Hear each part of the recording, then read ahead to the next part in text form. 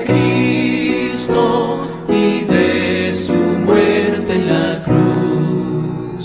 Su santa palabra ha dicho que Él pronto vuelve en luz. Te hayas visto a encontrar al Señor, lo haces todo con fe y con amor. Has peleado por fe la batalla del bien, pueden otros a Cristo en ti ver. Eres fiel por doquiera que vas, puedes tú contemplarlo en su faz y triunfante decir: este es mi Dios. Puedes tú encontrar al Señor. No anheles el bien de esta vida, pues ella se pasará. Entrégate a Él sin medida, que hoy llamando está. Te hayas visto a encontrar al Señor, lo haces todo con fe y con amor. Has peleado por fe la batalla del bien, pueden otros a Cristo en ti ver. Eres fiel por doquiera que vas, puedes tú contemplarlo en su faz y triunfante decir: este es mi Dios. Puedes tú encontrar al Señor.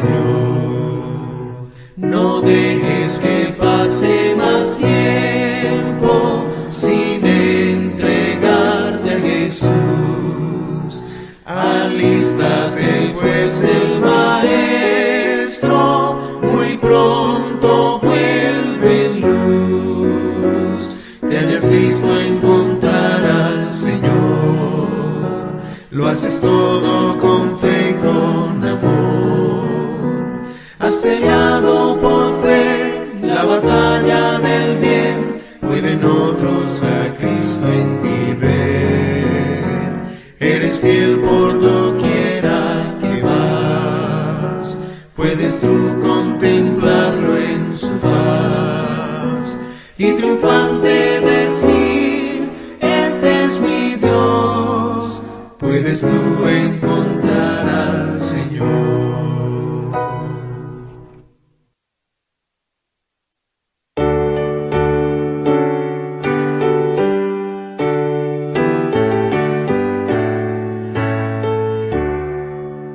Hoy el sábado glorioso nos invita a descansar, que tranquilo es el reposo tras el largo trabajar. Dios que el día nos señala con 1000 pruebas de su amor. Santo sábado lo llama, es el día del Señor. Para el hombre fue apartado en la misma creación. Fue por Cristo sancionado con su ejemplo y bendición.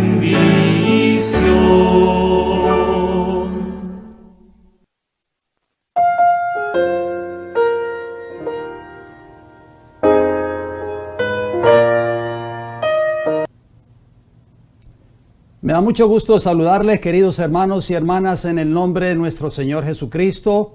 Este es el programa Estudiando Juntos la Biblia, que sale en vivo para ustedes y para el mundo. Hoy, 8 de la noche, hora del este de los Estados Unidos. Es un placer nuevamente poder reencontrarme con cada uno de ustedes.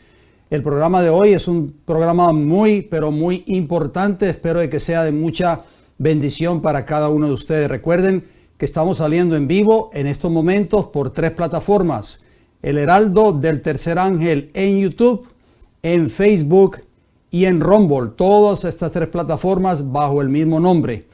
Antes de entrar de lleno a la presentación de este mensaje de hoy, quiero por anticipados desearles un feliz y bendecido sábado. Vamos a tener una palabra de oración, por favor. Si ustedes desean acompañarme, yo me voy a arrodillar y voy a pedir la bendición de mi Padre Celestial. Oremos, por favor.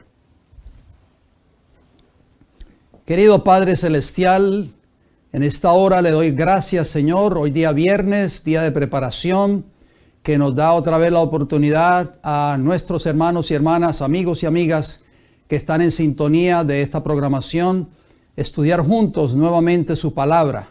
Pedimos que el Espíritu Santo dirija esta programación en el día de hoy. Pedimos, Señor, que usted tome control de estos aparatos, de estas cámaras, en fin, y usted pueda, Señor, llevar este mensaje a toda nación, tribu, lengua y pueblo. Usted nos ha mandado a predicar este mensaje en el tiempo del fin. Mateo capítulo 24, Apocalipsis capítulo 14. Así que le pedimos de todo corazón, Padre, que usted sea un instrumento para que este mensaje pueda llegar a lo ancho y largo de este planeta Tierra. Bendiga, Señor, esta programación, que sea el Espíritu Santo el que abra nuestro entendimiento y nos dé sabiduría para entender su palabra. En el nombre de Cristo Jesús se lo pedimos y le damos las gracias. Amén, Señor. Bien, mis queridos hermanos y hermanas, nuevamente me siento agradecido al Señor por estar de nuevo con cada uno de ustedes, compartiendo el mensaje de la palabra de Dios.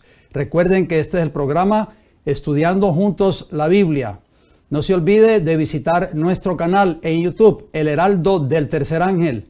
Vaya siempre a la lista de encasillados o al encasillado que dice listas o playlist en inglés y busque cada una de esas carpetas que tenemos allí preparadas con diferentes temas muy importantes para usted. Si usted no ha visitado ese canal, recuerde de suscribirse a este canal, El Heraldo del Tercer Ángel en YouTube. No se olvide de activar la campanita y todas las notificaciones para que de esa manera, cada vez que este programa esté saliendo en vivo o alguna otra programación a través de esta plataforma, usted va a recibir una notificación a su teléfono inteligente o tableta para que así usted pueda sintonizarnos cada vez que esta señal sale en vivo o cada vez que se sube un programa nuevo a nuestras plataformas. No se olvide darle un like a estos mensajes. De esa manera tendremos la posibilidad de que cada vez que un usuario abra el canal de YouTube, este programa pueda salir allí en pantalla. Por eso es que de esa manera trabaja YouTube. Nosotros no pedimos likes para ganar popularidad o fama, hermanos y hermanas, porque muchas personas me preguntan, ¿y para qué usted pide que se le dé un like a estos mensajes?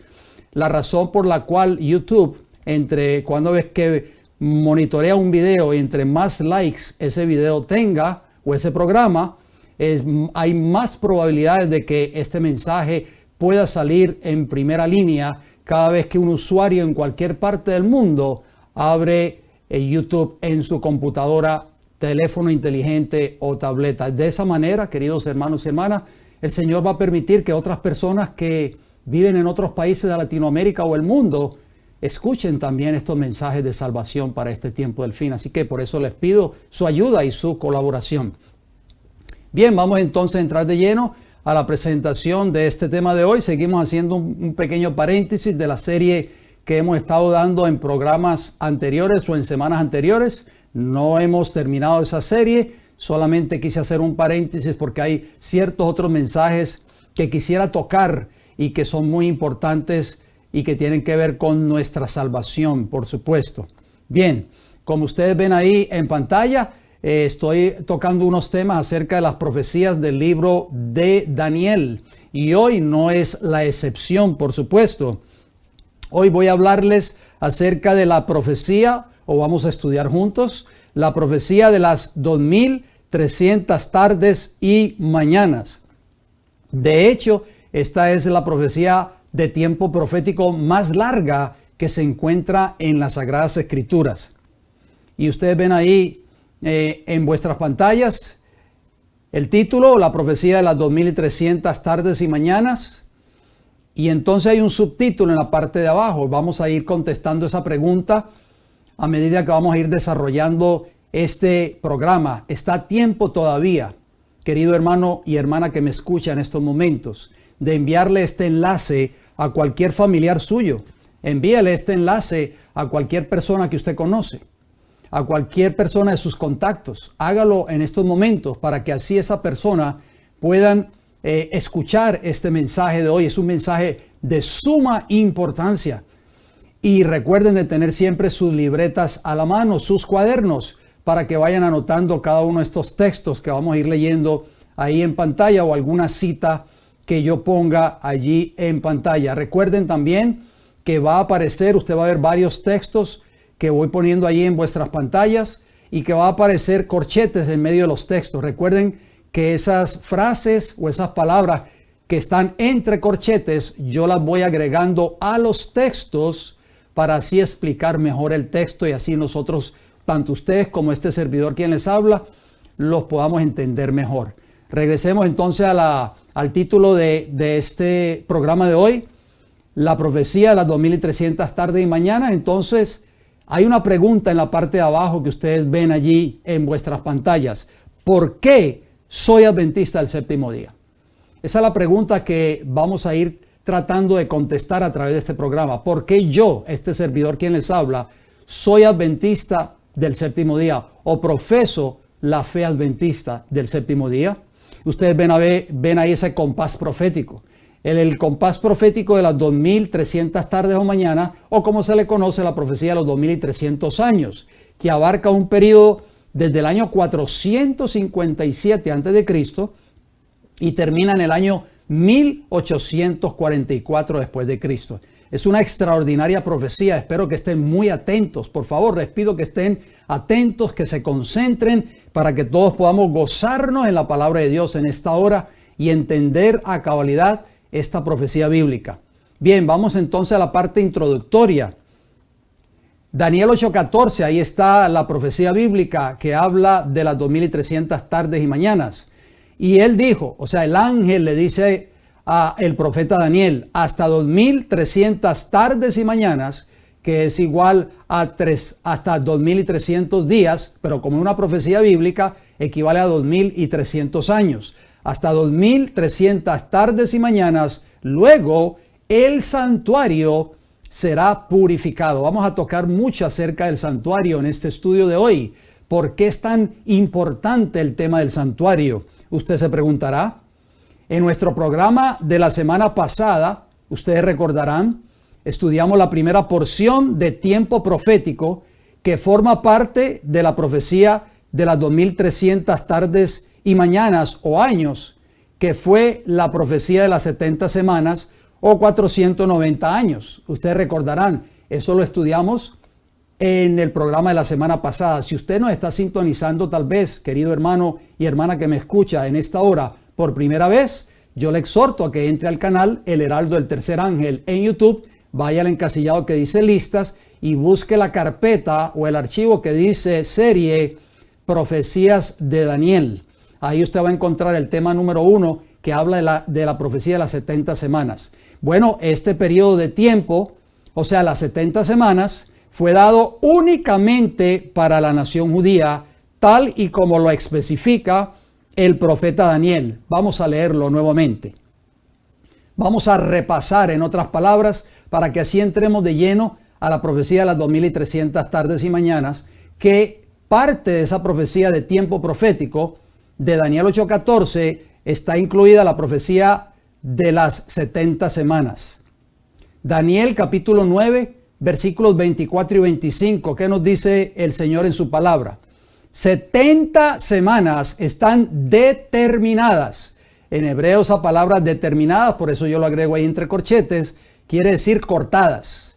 Sobre tu pueblo, el pueblo judío, y sobre tu santa ciudad, o sea, la ciudad de Jerusalén, para terminar la prevaricación y poner fin al pecado y expiar la iniquidad, para traer la justicia perdurable y sellar la visión y la profecía y ungir al santo de los santos. Versículo 25 de Daniel capítulo 9. Sabe pues y entiende que desde la salida de la orden para restaurar y edificar a Jerusalén hasta el Mesías príncipe, o sea, hasta que Cristo apareciera en esta tierra, Habrá primero 7 semanas, que es igual a 49 años, que ese fue el tiempo que tomó para restaurar y edificar nuevamente a Jerusalén, que estaba en ruinas por causa del cautiverio babilónico y la invasión del rey Nabucodonosor. Y 62 semanas, que son un equivalente a 434 años, eso nos lleva hasta la aparición del Mesías príncipe. Se volverá a edificar la plaza y el muro en tiempos angustiosos. Todo esto lo explicamos en el tema de la semana pasada. Daniel 9, 26 y 27, ¿qué nos dice? Dice Daniel 9, 26, y después de las 62 semanas se quitará la vida del Mesías. Todo estaba profetizado que Cristo tenía que morir cuando viniera a esta tierra. Pero si los discípulos y los líderes de la nación judía hubiesen escudriñado detenidamente esta profecía bíblica, pues no se hubiesen llevado el chasco que se llevaron. Mas no por sí. Y el pueblo de un príncipe que ha de venir destruirá la ciudad y el santuario. Esto tomó lugar en el año 70 después de Cristo. Y su fin será con inundación, y hasta el fin de la guerra durarán las devastaciones. Versículo 27, y por otra semana confirmará el pacto con muchos. Eso yo lo pongo ahí entre corchetes, 7 años, porque una semana en profecía bíblica es igual a 7 años. ¿Cuántos días tiene una semana? 7 días. O sea, desde el año 27, cuando Cristo es bautizado, o sea, el año 27 después de Cristo, de nuestra era, Jesús es bautizado en el Jordán por Juan el Bautista, hasta el año 34 después de Cristo hay 7 años. Dice, y por una otra semana confirmará el pacto con muchos. A la mitad de la semana hará cesar el sacrificio y la ofrenda. O sea, 3 años y medio después del bautismo de Cristo, Jesús es crucificado en la cruz del Calvario, y eso fue exactamente en el año 31 de nuestra era. Entonces, Cristo desde el año 27 comenzó a predicar el evangelio del reino, como vemos allí en el versículo 27 de Daniel 9, que ustedes lo están leyendo ahí en pantalla. Y predicó 3 años y medio, muere en la cruz del Calvario, resucita al tercer día conforme a la Escritura, está en esta tierra 40 días más y es llevado al cielo. Los 3 años y medio restantes, que terminaron en el año 34, ahí termina la profecía de las 70 semanas o 490 años para el pueblo judío específicamente, que es parte de la profecía de las 2300 tardes y mañanas. Lo terminan esos 3 años y medio los discípulos con la predicación del evangelio. Ahí ustedes ven ahí una gráfica básicamente de la profecía de las 70 semanas. Y como está ahí en el título del centro, dice, dada solo para el pueblo judío. Entonces comienza a correr en el año 457 a.C. con el edicto del rey Artajerjes para que los judíos volvieran de nuevo a Jerusalén a reedificarla. Pues esa reedificación tomó 7 semanas, o sea 49 años, casi 50 años prácticamente, y nos lleva hasta la aparición del Mesías príncipe, o sea 434 años después de que Artajerjes firma el edicto, casi 5 siglos prácticamente. En el año 27 aparece el Cordero de Dios que quita el pecado del mundo, como lo menciona Juan cuando lo vio venir a acercarse al río Jordán en Juan 1:29. Entonces, a la mitad de la semana, o sea, en el año 31, 3 años y medio después de su bautismo, Jesús está muriendo en la cruz del Calvario por nosotros, y 3 años y medio después termina la profecía de las 70 semanas, que fue dada única y exclusivamente para la nación judía o para el pueblo judío, con el rechazo final de la nación judía del evangelio, de los que predicaban el evangelio, y también de Jesucristo, o sea, en el año 34, con el apedreamiento de Esteban. Veamos, por favor. La profecía de las 70 semanas o 490 años de Daniel 9:24 terminó en el año 34 después de Cristo con el apedreamiento de Esteban, el primer mártir cristiano, y el rechazo final de la nación judía al evangelio de Jesucristo.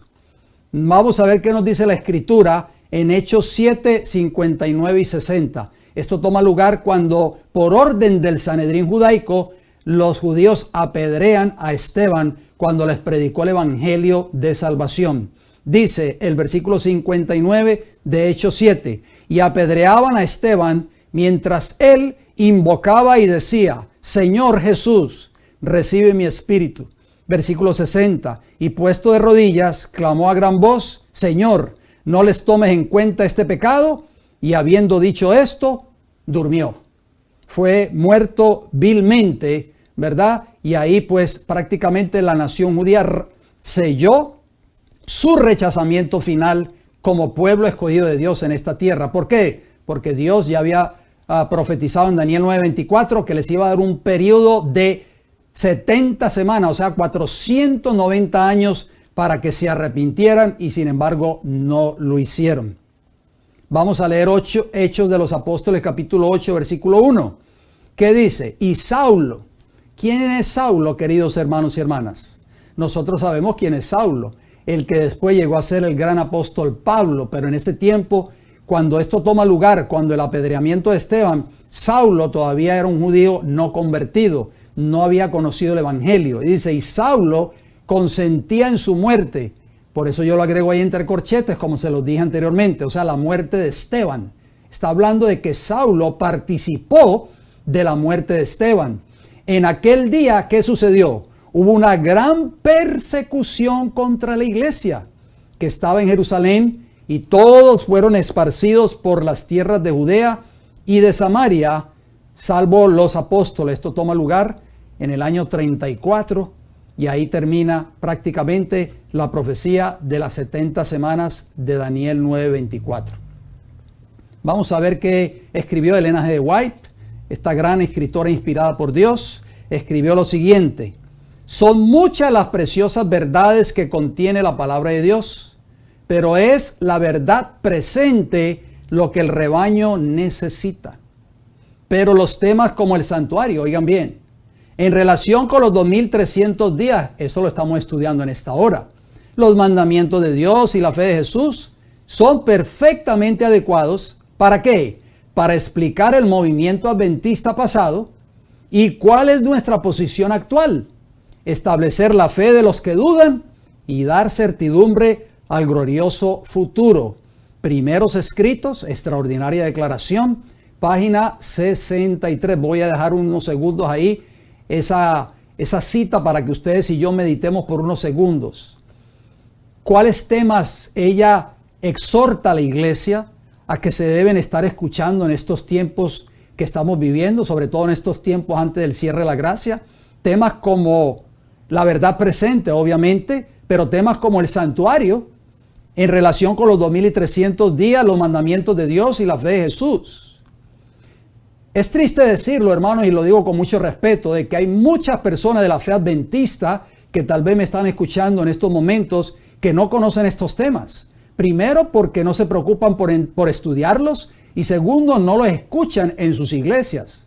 Pero estos son los temas, dice ella, que van a explicar el movimiento adventista. Muchos hoy tampoco no saben por qué son adventistas del séptimo día. Yo soy adventista del séptimo día porque me trajeron a esta iglesia, me gustó y aquí me quedé.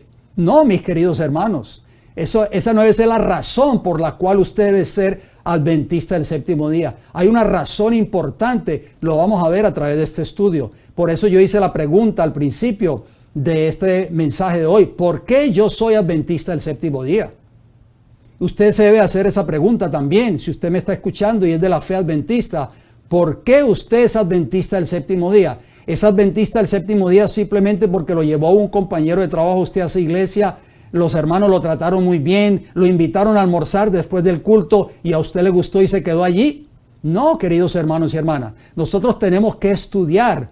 A través de este estudio hoy nos vamos a dar cuenta de que este movimiento Dios lo levantó en el tiempo del fin para predicar un mensaje que hoy no es un mensaje popular, es un mensaje impopular que se tiene que dar al mundo. Sigamos adelante, por favor.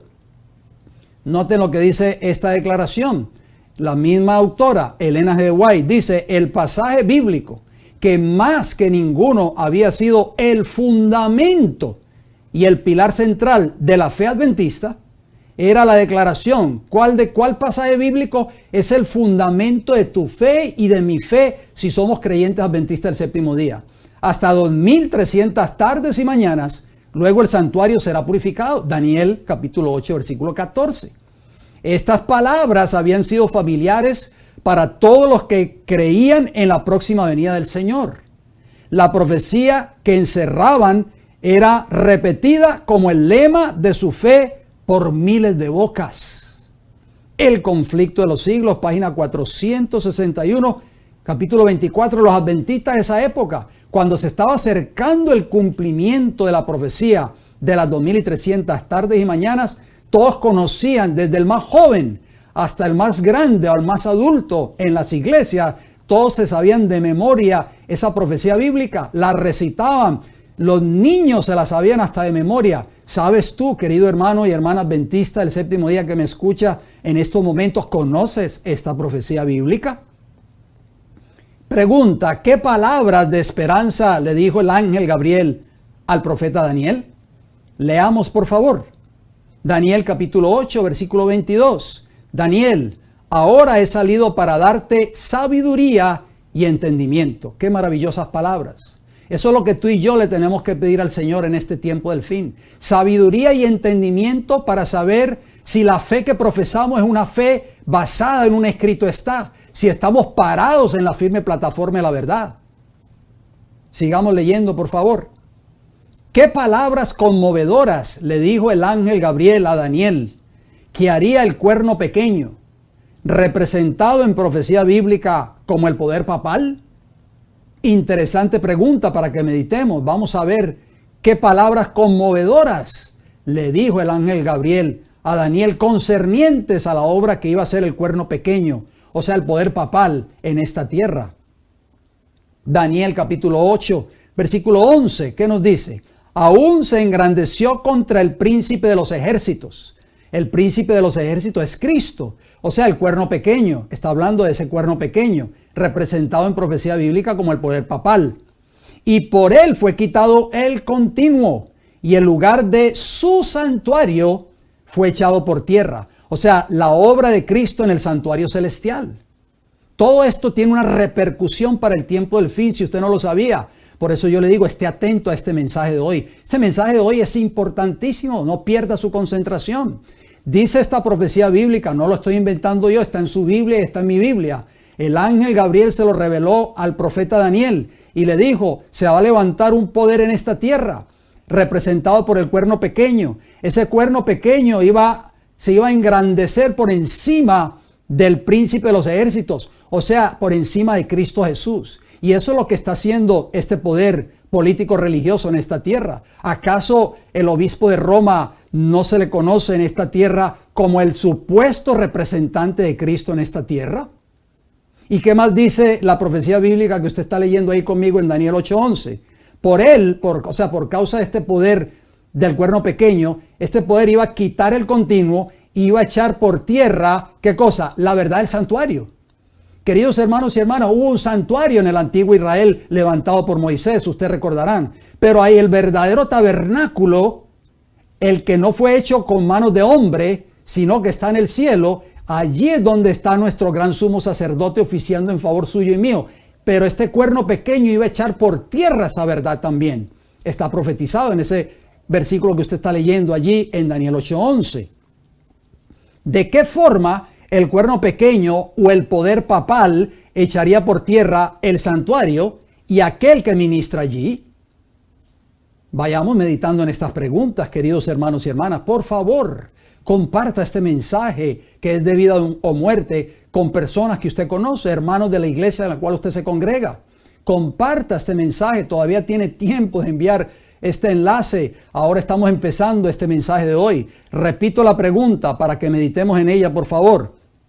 ¿De qué forma el cuerno pequeño o el poder papal echaría por tierra el santuario y aquel que ministra allí? Bueno, ahí ustedes ven esa imagen en pantalla. Cristo es nuestro único y verdadero sumo sacerdote. ¿Y dónde está oficiando Él en estos momentos? En el santuario celestial, el verdadero tabernáculo. No el que levantó el hombre, sino que fue Dios mismo. Hebreos capítulo 8, versículo 1 y 2. Noten lo que abundó el apóstol Pablo.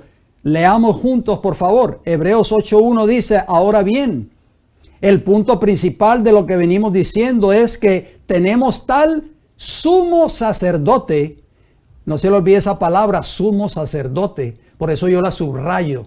Si yo subrayo algunas palabras en algunos textos, es por algo, hermanos y hermanas. Son palabras claves que no las podemos pasar por alto. Dice que tenemos un sumo sacerdote, el cual se sentó a la diestra del trono de la majestad en los cielos. ¿Quién fue el que se sentó a la diestra del trono de Dios allá en los cielos? Cristo Jesús, por supuesto. Ningún ser humano subió al cielo y se sentó a la diestra del trono de Dios en los cielos. Versículo 2, ¿qué dice? Hebreos 8:2. Ministro del santuario, lo repite por segunda vez la palabra santuario. ¿Que iba a echar el cuerno pequeño por tierra? La verdad del santuario. Ministro del santuario y de aquel verdadero tabernáculo que levantó ¿quién? El Señor y no el hombre. O sea, el papado echaría la verdad del santuario por tierra. Lo acabamos de leer en Daniel 8:11. O sea, esta verdad que ustedes y yo estamos estudiando en esta hora, es importante que el mundo la conozca. Hebreos capítulo 9, versículo 11 y 12, ¿qué nos dice? Dice Hebreos 9:11, pero estando ya presente Cristo, sumo sacerdote, nuevamente subrayo la palabra sumo sacerdote. O sea, Cristo es nuestro sumo sacerdote. ¿Qué más iba a ser el cuerno pequeño de acuerdo a Daniel 8:11? Que se iba a exaltar por encima del príncipe de los príncipes. Ya lo vamos a ver a continuación. Dice que Cristo, sumo sacerdote de los bienes venideros, por el más amplio y más perfecto tabernáculo. O sea, el santuario en el cielo. Está hablando el apóstol Pablo allí en Hebreos 9:11. Está hablando de ese tabernáculo donde está Cristo, nuestro sumo sacerdote. No hecho de manos, vuelve y lo repite. Es decir, no de esta creación. O sea, no está hablando del tabernáculo que levantó Moisés en el desierto. Versículo 12 de Hebreos 9. Y no por sangre de machos cabríos ni de becerros, porque en el santuario terrenal se sacrificaban animales, sino por su propia sangre. Y yo pongo ahí entre corchetes, María no murió ni derramó su sangre en la cruz por nosotros. Y usted dirá, ¿y yo por qué tengo que incluir a María ahí en ese texto? Ya lo vamos a leer a continuación. Entró una vez para siempre en el lugar santo, habiendo obtenido eterna redención. ¿Quién fue el que obtuvo la redención de tu vida y de mi vida en la cruz del Calvario? ¿Fue la Virgen María? ¿Fue algún santo? No, fue Cristo Jesús, nuestro gran sumo sacerdote.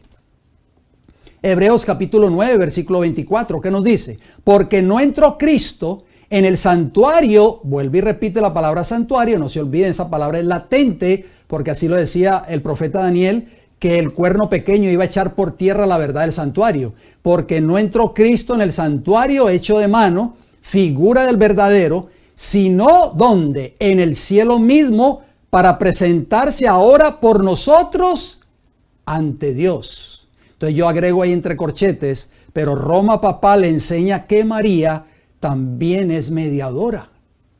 ¿Están entendiendo, hermanos, cómo la profecía de Daniel capítulo 8 se está cumpliendo ante nuestros ojos al pie de la letra? El único intercesor, el único que está allí presentándose ante nosotros, ante Dios, es ¿quién? Cristo en el santuario celestial. ¿Y por qué yo agrego allí que Roma Papal enseña que María también es mediadora?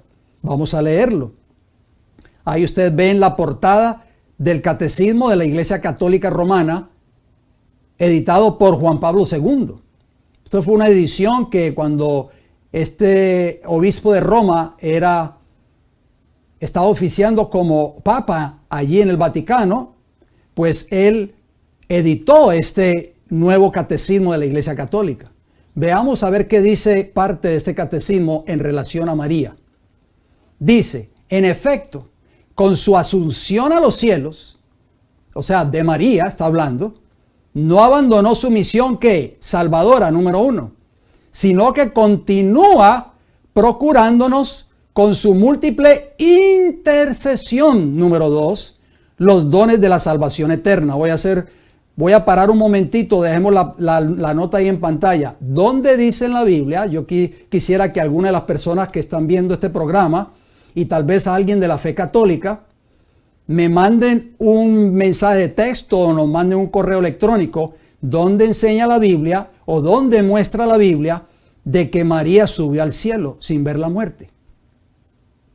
Entonces, eso fue un dogma de un papa de la Iglesia Católica que fue introducido dentro del catolicismo Y ahora todos los fieles de la fe católica en el mundo entero creen de que María está en el cielo. Por eso es que muchos de la fe católica, y no estoy hablando de mis amigos y amigas de la fe católica, porque yo sé que hay muchos hombres, mujeres, jóvenes y niños de la fe católica que son sinceros, que adoran a Dios de acuerdo a lo que ellos han conocido, pero tenemos que conocer la verdad.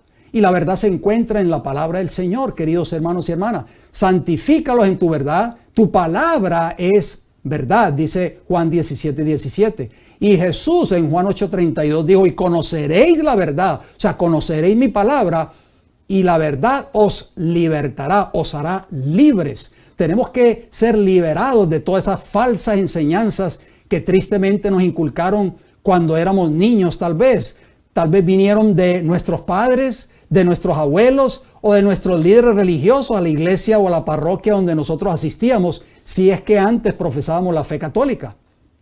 Por eso dice este catecismo, volviendo a la cita, que María fue llevada a los cielos y está haciendo doble trabajo allá en el cielo supuestamente. Es salvadora y es intercesora. Pero noten cómo termina la cita. Por eso la Santísima Virgen es invocada en la iglesia, por supuesto la iglesia católica, con los títulos de ¿qué? De abogada, auxiliadora, socorro y mediadora.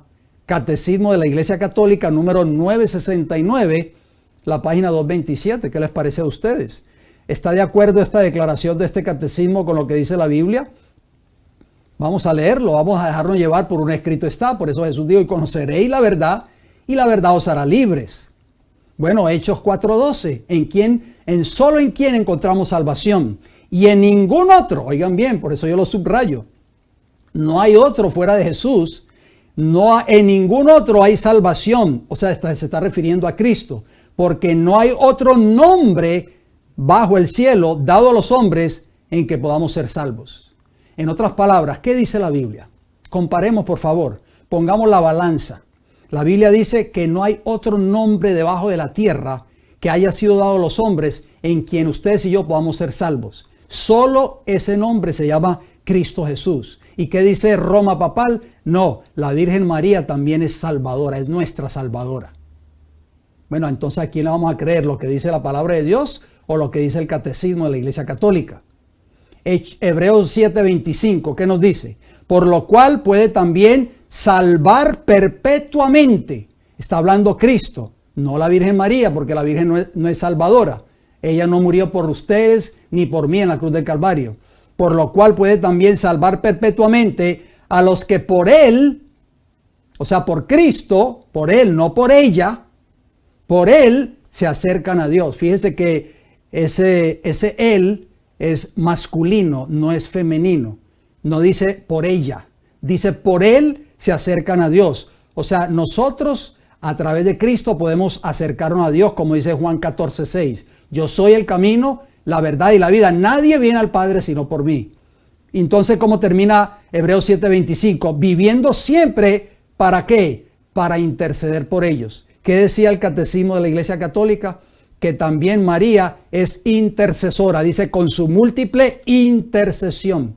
Por eso yo subrayé esas dos palabras. Y la tercera palabra clave que subrayé es mediadora.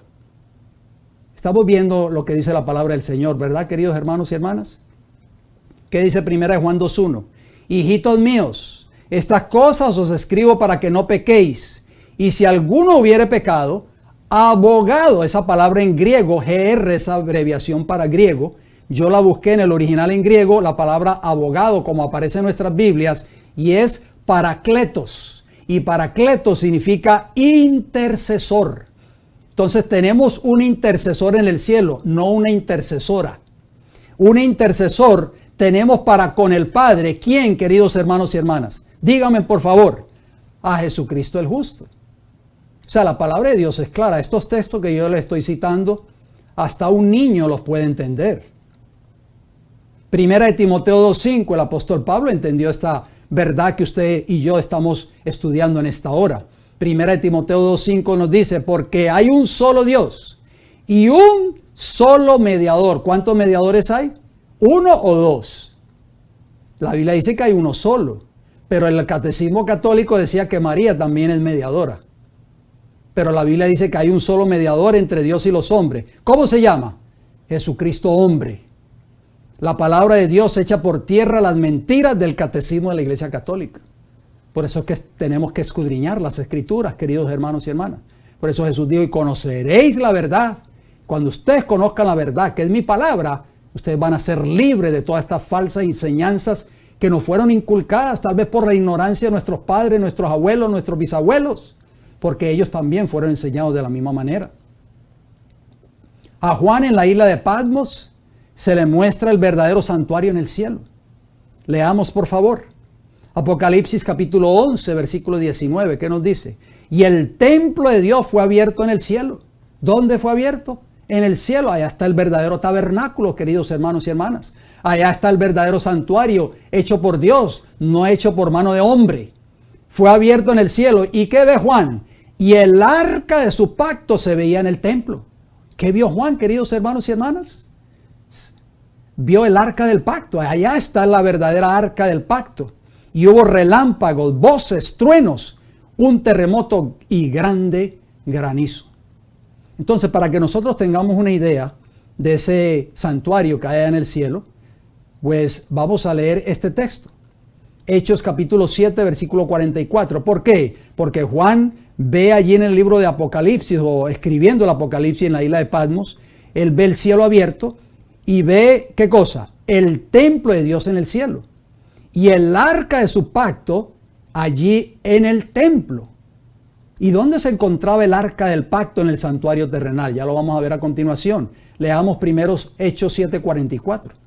Tuvieron nuestros padres el tabernáculo del testimonio. Ese es otro sinónimo para pacto.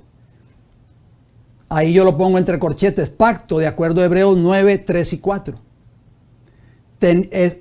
Allí está hablando de los padres, o sea, el Israel antiguo en los días de Moisés. ¿Qué tuvieron ellos? El tabernáculo, o sea, el santuario del testimonio. ¿Dónde? En el desierto. Como había ordenado Dios cuando dijo a Moisés que lo hiciese conforme al modelo que había visto, de acuerdo a Éxodo 25, 9 y versículo 40. Vamos a dejar ese texto ahí por unos segundos en pantalla, por favor. Hermanos, por favor. No necesitamos ser científicos de la NASA para entender este versículo 44 de Hechos capítulo 7. Lo que está hablando este texto allí es que los padres, o sea, los israelitas de antiguo, en los días de Moisés, tuvieron un tabernáculo o un santuario, que es lo mismo, en el desierto. O sea, ese fue el tabernáculo que levantó Moisés en el desierto.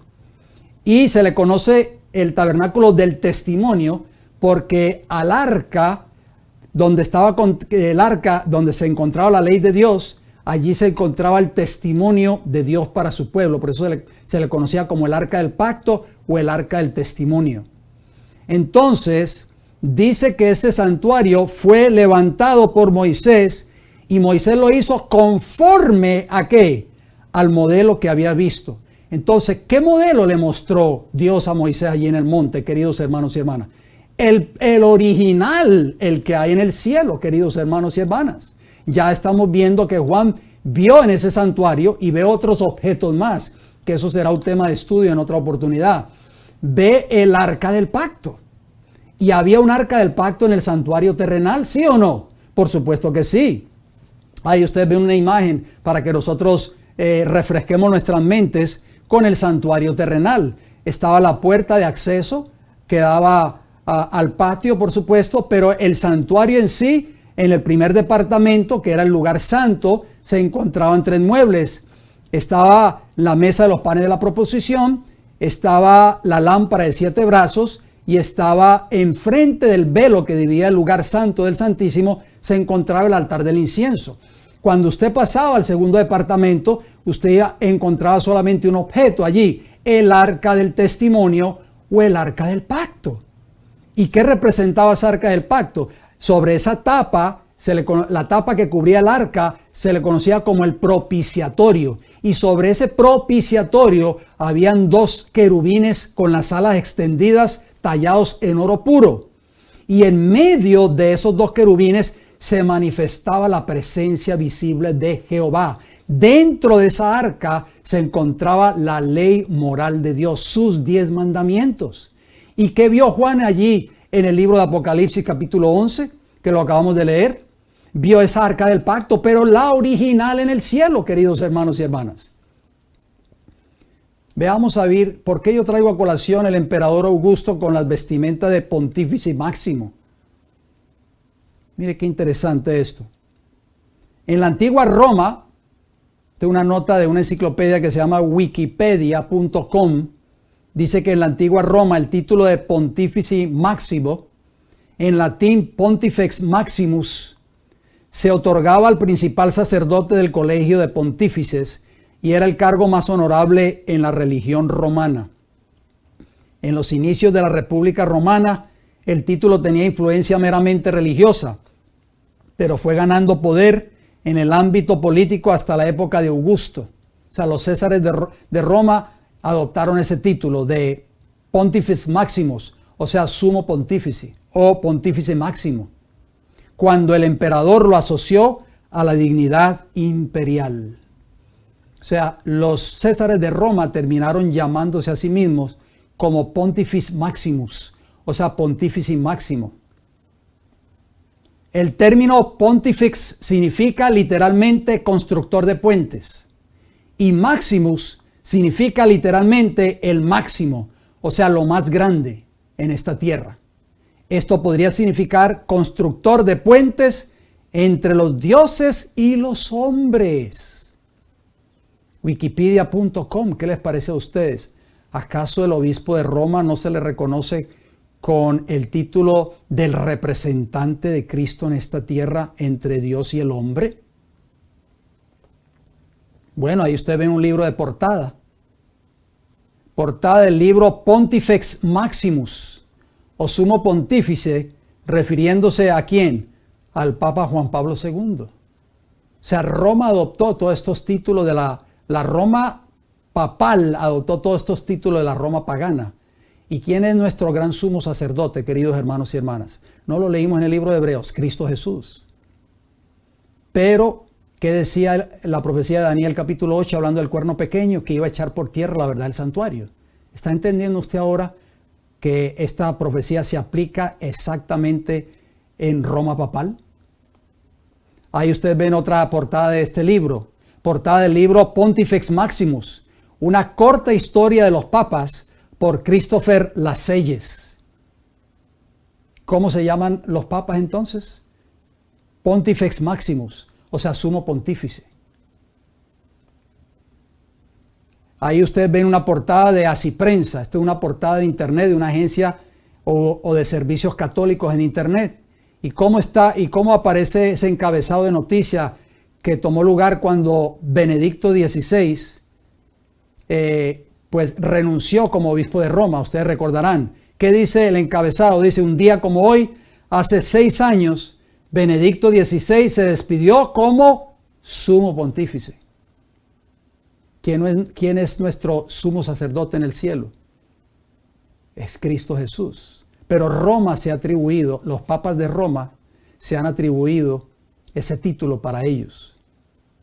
¿Y qué decía también la palabra Pontifex, constructor de puentes? Recuerdan, ahí ven otro encasillado de noticias, Clarín.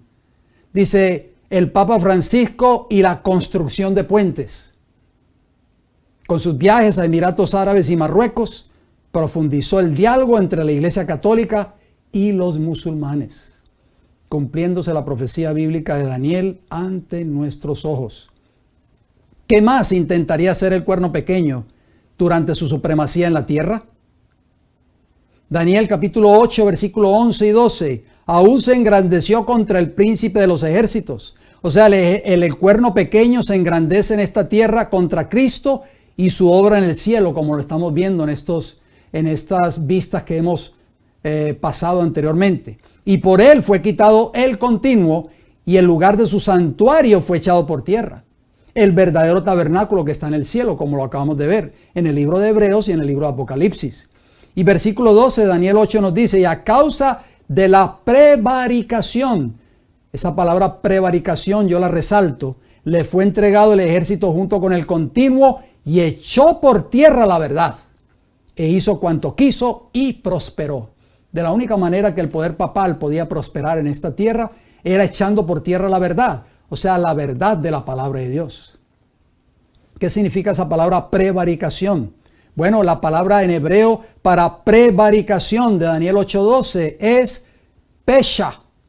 Y pesha significa transgresión, culpa, desviación o rebelión deliberada del camino de una vida piadosa. Diccionario Strong's de palabras hebreas, número 6588, página 756. Entonces, ¿qué iba a ser el cuerno pequeño de acuerdo a la profecía de Daniel? Iba a prevaricar, o sea, se iba a desviar completamente de la verdad. De esa manera iba a obtener la supremacía en esta tierra. La única manera para que el papado pudiese echar por tierra la verdad del santuario y la verdad de las escrituras era suprimiendo o prohibiendo al pueblo el conocimiento por sí mismo de las verdades de la palabra de Dios. Suprimiendo y prohibiendo. O sea, quitando la Biblia y prohibiendo leerla o escudriñarla. Como acabamos de citar, la Biblia enseña que hay un solo y verdadero mediador, un intercesor, un sumo sacerdote, que es nuestro representante en el santuario celestial y se llama Cristo Jesús, no la Virgen María. La única manera que el poder papal pudo prevalecer en contra de la verdad y mantener su supremacía en la tierra fue echando por tierra las verdades del santuario, prohibiendo so pena de muerte la lectura, la impresión y la distribución de la Biblia durante su supremacía en esta tierra. Como ustedes ven ahí en esa imagen, no fue fácil vivir en la Edad Media, queridos hermanos y hermanas, cuando Roma papal dominaba el mundo. Para poder dominar las conciencias, Roma papal prohíbe la lectura y la impresión de la Biblia durante su supremacía de 1260 años. Por eso a esa época se le conoce como la Edad Obscura. Elena G. White escribió lo siguiente, leamos esta declaración por favor. En el siglo XVI, la Reforma, oigan bien, presentando a los pueblos la Biblia abierta, procuró entrar en todos los países de Europa. O sea, la verdad, la lámpara quiso hacer entrada en los diferentes países de Europa. Algunas naciones le dieron la bienvenida como a mensajera del cielo, o sea, la Biblia. Pero ¿cómo termina la declaración? En otros países el papado consiguió hasta cierto punto cerrarle la entrada y la luz del conocimiento de la Biblia, con sus influencias ennoblecedoras, quedó excluida casi por completo. El conflicto de los siglos, página 308, capítulo 16. Interesante declaración, ¿no les parece? La Biblia quedó prácticamente excluida, o sea, prácticamente se apagó esa lámpara. Por eso es que Roma tuvo la supremacía por tantos años. ¿Cuál es una verdad muy importante que enseña la palabra de Dios? Bueno, ahí ustedes lo ven, esa Biblia abierta ahí en vuestras pantallas. Santifícalos en tu verdad, tu palabra es verdad. Juan 17:17, estas son palabras de Jesús. Al no tener esa lámpara a disposición del pueblo, haber sido restringida, haber sido bloqueada para que entrara a estos diferentes países de Europa, pues las personas fueron creciendo y fueron pasando generaciones y generaciones sin el conocimiento de esta verdad bíblica. ¿Qué pregunta fue hecha en Daniel capítulo 8? ¿Y cuál fue la respuesta que recibió el profeta? Daniel 8:13 nos dice, entonces oía un santo que hablaba, y otro de los santos preguntó a aquel que hablaba, ¿hasta cuándo durará la visión del continuo? En otras palabras, y la prevaricación asoladora, entregando el santuario y el ejército para ser pisoteados. O sea, la pregunta que está haciendo allí ese santo que hablaba, era un ángel allí en el cielo que hacía esta pregunta, ¿hasta cuándo, en otras palabras, vas a permitir, oh Señor, de que el cuerno pequeño eche por tierra estas grandes verdades de tu palabra y sobre todo la verdad que tiene que ver con el santuario celestial y la verdad y el plan de la salvación. ¿Y hasta cuándo permitirás que esta verdad sea o estas verdades sean pisoteadas? ¿Cuál fue la respuesta? Daniel 8:14. Y él dijo: hasta 2300 tardes y mañanas. Luego el santuario será purificado. O sea, Dios dio un tiempo profético para que esta verdad nuevamente fuera levantada. Este estandarte de la verdad del santuario fuese de nuevo predicado al mundo. ¿Cuál sería el tiempo profético restante de la profecía de Daniel 8:14? Bueno, ahí lo vemos en esa gráfica. Tiempo restante de la profecía de Daniel 8:14. Si contamos del año 34, donde terminó la profecía de las 70 semanas o 490 años, y avanzamos 1810 años más, nos da un total de 2300 tardes y mañanas, por supuesto, 2300 años, llegamos al año 1844. Ahí termina prácticamente esta profecía.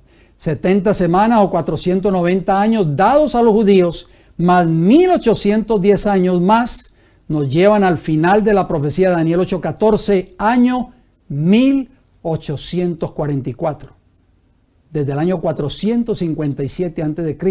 hasta el año 1844 hay un periodo profético de 2300 tardes y mañanas. Pero recuerden, como decía Daniel 9:24, y serán cortadas de esa profecía de 2300 tardes y mañanas, y van a ser cortados 490 años que eran únicas y exclusivamente para la nación judía.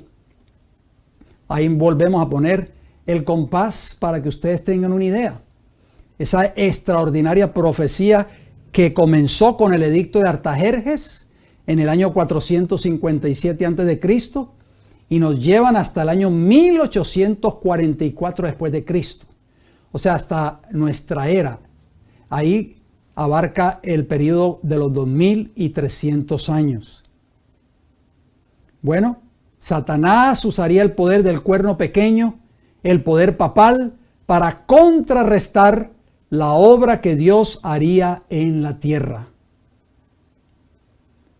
¿Qué dice esta declaración? Esta es una declaración de la señora Elena G. White, pero que se encuentra en un comentario bíblico adventista, el tomo 7A, la página 984. Nos dice: Satanás se convirtió en el antagonista declarado de Cristo. Oigan bien, antagonista, estar en contra de la verdad de Dios, de la verdad de Cristo a través de su palabra. Plantó el estandarte, o sea, la bandera de la rebelión en la tierra, y alrededor de él se agruparon sus simpatizantes. O sea, Satanás, a través del poder del cuerno pequeño en esta tierra, se convirtieron en antagonistas de la verdad enseñada por Jesús en su palabra, y plantaron su estandarte en esta tierra. Continuaba el tiempo profético de Daniel 8:14. El tiempo de la profecía de Daniel 8:14 seguía corriendo. Si contamos del año 34 después de Cristo, cuando terminó la primera porción de esta profecía, o de las 70 semanas o 490 años, y llegamos al año 538 después de Cristo. Y usted dirá: ¿y por qué paramos en el año 538? ¿Qué sucedió allí? Bueno, 504 años después, en el año 538 después de Cristo, se establece el poder papal en esta tierra. O sea, unión de iglesia y Estado. Por eso el Roma papal persiguió a los cristianos, que los llamó así, los autocalificó herejes. Y muchos miles y miles de cristianos perecieron en las llamas de la hoguera, con el hacha del verdugo, en prisiones, encarcelamientos, en fin, martirios o destierros, por simplemente creer en la fe de la palabra de Dios. ¿Qué sucedió en el año 538? Bueno, en el siglo VI, el papado concluyó por afirmarse. El asiento de su poder quedó definitivamente fijado en la ciudad imperial, cuyo obispo fue proclamado cabeza de toda la iglesia. ¿En qué siglo? Siglo VI. El paganismo había dejado el lugar al papado, o sea, Roma papal adoptó prácticamente el paganismo de la Roma imperial. Entonces empezaron a correr los 1260 años de la opresión papal, predicha en las profecías de Daniel y en el Apocalipsis. El conflicto de los siglos, página 58, capítulo 3. Si usted tiene este libro, puede leer este extraordinario capítulo, se lo recomiendo. Ahí ustedes pueden ver esa imagen interesante. El obispo de Roma sentado y tiene en su mano derecha tiene una cruz, simbolizando a la iglesia, y en su mano izquierda tiene el poder de la espada, simbolizando al Estado, al poder civil. El papado establece su asiento de poder. ¿En qué año? En el año 538. Seguía corriendo la profecía de las 2300 tardes y mañanas. Los 1260 años del dominio temporal del Papa comenzaron en el año 538 después de Cristo y debían terminar en 1798. El conflicto de los siglos. Cito nuevamente este libro, página 309, capítulo 16. El tiempo de la profecía de Daniel 8:14 seguía corriendo. Partimos de nuevo del año 538 ahora hasta el año 1798. ¿Por qué el año 538? Porque ahí se establece el papado, como ya vimos aquí, establece su asiento de poder en esta tierra. Entonces, si partimos del año 538, llegamos al año 1798. ¿Qué sucedió allí? Bueno, ahí transcurrieron un periodo de 1260 años de supremacía papal en la tierra. Ese fue el periodo que Roma papal iba a gobernar en esta tierra, de acuerdo a la profecía de Daniel. Ya lo vamos a leer a continuación. Satanás plantó su estandarte en la tierra, contrarrestando, por eso decía la señora White que Satanás iba a plantar su estandarte en esta tierra y a él se le iban a sumar personas que estaban de acuerdo a ser antagonistas contra la verdad de Dios. Satanás plantó su estandarte en la tierra, contrarrestando así la obra de Dios a través del cuerno pequeño, o sea, el papado. ¿Qué dice Daniel 7:25? Leamos. Recuerden que ustedes vean entre corchetes, yo lo agrego al texto para que lo entendamos mejor. Ya estaba profetizado por el profeta Daniel. Daniel 7:25, y hablará palabras contra el Altísimo, o sea, el cuerno pequeño, por medio de sus falsas doctrinas. Y a los santos del Altísimo quebrantará, o sea, persecución contra la iglesia de Cristo en la Edad Media. Y pensará en cambiar los tiempos y la ley. El papado se atribuye a sí mismo este cambio, o sea, el cambio del sábado por el domingo. Y serán entregados, oigan bien, esto lo permitió Dios porque era parte del cumplimiento profético de la profecía de Daniel 8:14. Y serán entregados en su mano hasta tiempo y tiempos y medio tiempo, o sea, 3 tiempos y medio, que es igual a 3 años y medio. Y si lo sumamos en tiempo profético, es igual a 1260 días o años. Y ese tiempo abarcó desde el año 538 y terminó en el año 1798. Y usted se preguntará, ¿y qué pasó en el año 1798? Bueno, Dios no permitiría que sus planes fuesen echados por tierra completamente, o sea, para siempre, por Satanás durante ese periodo oscuro de la iglesia. Dios levantaría hombres fieles que cumplirían sus propósitos. ¿Qué dice Isaías 43:12? Vosotros pues sois mis testigos, dice Jehová, que yo soy Dios. Dios siempre tiene testigos, aunque estén tal vez en la oscuridad, pero a su debido tiempo el Señor levantará esos testigos en esta tierra. Esos testigos puede ser tú, puedo ser yo en este tiempo del fin. No quisiera ser un testigo de Dios para este tiempo del fin, para levantar este estandarte de la verdad que Dios tiene para esta hora. El tiempo de la profecía de Daniel 8:14 seguía corriendo. Si contamos del año 538, cuando se asentó el papado en esta tierra, y llegamos al año 1517, bueno, eso da un periodo de 979 años, llevaba la supremacía papal en la tierra, cuando Dios levanta a un hombre llamado Martín Lutero. Todo esto toma lugar en el marco de la profecía de las 2300 tardes y mañanas. ¿No les parece a usted algo maravilloso? ¿Qué sucedió en el año 1517? Bueno, Martín Lutero clavó las 95 tesis en la puerta del castillo de Wittenberg, en Alemania. ¿Cuándo tomó lugar este evento, queridos hermanos y hermanas? Leamos, por favor.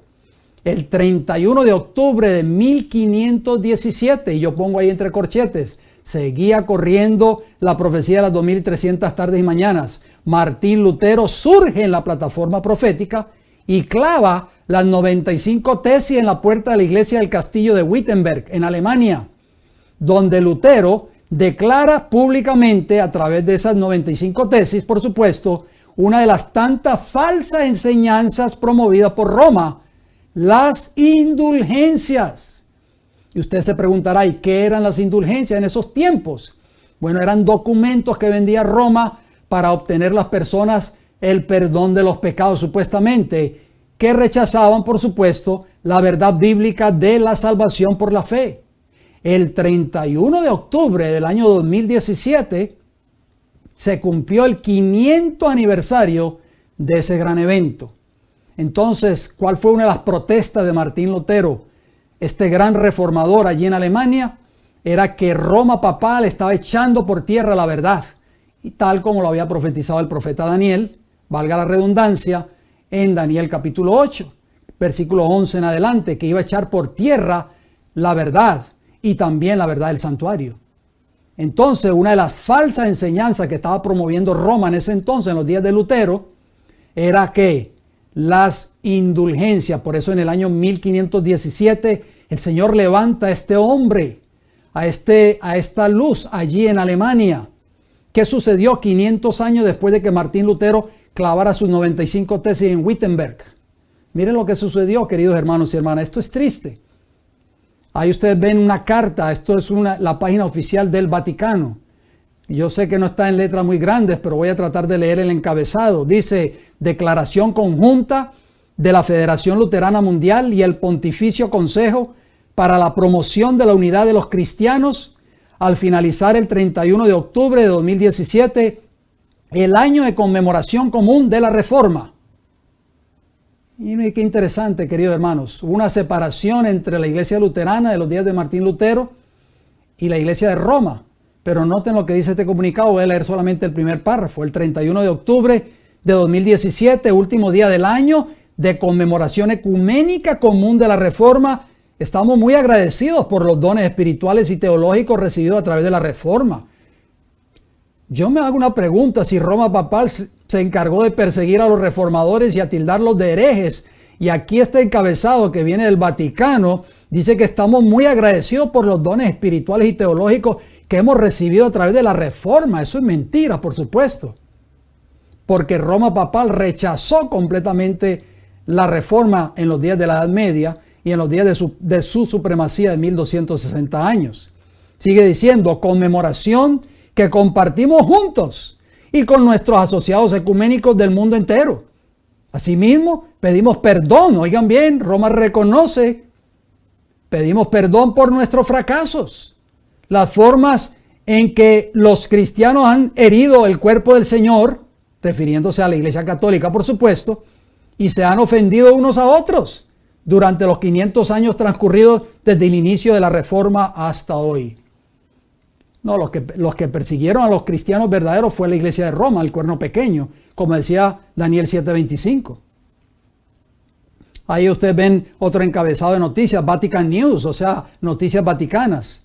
Interesante, miren el encabezado, dice: luteranos y católicos, con el ruego de Cristo al Padre, impulsar el ecumenismo al servicio del Evangelio. Si Martín Lutero estuviese vivo, yo creo que le da un ataque al corazón y se hubiese muerto inmediatamente, con esa firma o ese pacto que se firmó entre la unión ahora ya de la iglesia luterana y la iglesia de Roma papal, que persiguió a los cristianos por 1260 años.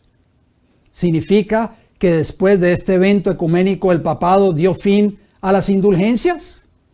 Una de las 95 tesis que Martín Lutero clavó allí en la puerta de la iglesia del castillo en Wittenberg fue que estaba en contra de la Biblia, no Martín Lutero. La Biblia estaba en contra de las indulgencias que promovían Roma, porque eso era mucho dinero que le entraba a Roma papal en ese entonces, con la ignorancia del pueblo, porque les quitó la Biblia, la luz, la lámpara. Entonces, ¿qué ustedes creen? ¿Terminó esas indulgencias ya? ¿Terminaron cuando el papado recibió la herida de muerte? Vamos a ver. Elena G. White, ella escribió lo siguiente. Presten mucha atención a esta declaración, por favor. Sin embargo, esta unión no ocurrirá, oigan bien, esto que ustedes están viendo, esta unión entre luteranos y católicos y otras iglesias que se han unido ahora cristianas con el poder papal y que están envueltas en el movimiento del ecumenismo, dice que esta unión no ocurrirá por un cambio en el catolicismo. No es por el catolicismo que va a venir el cambio. Porque Roma, escuchen las palabras de esta mujer que escribió esto hace más de un siglo atrás. Porque Roma nunca cambia. Y yo lo subrayo, nunca cambia. Pretende ser infalible. Y hasta la fecha lo es. Los obispos de Roma tienen esa prerrogativa de que son infalibles. Quien cambiará será ¿quién? El protestantismo. Review and Herald, que era un periódico que se publicaba, esto fue una cita de ella, Review and Herald, 1 de junio de 1886. ¿Qué dice ahí? Ese encabezado de noticias: al paraíso vía Twitter.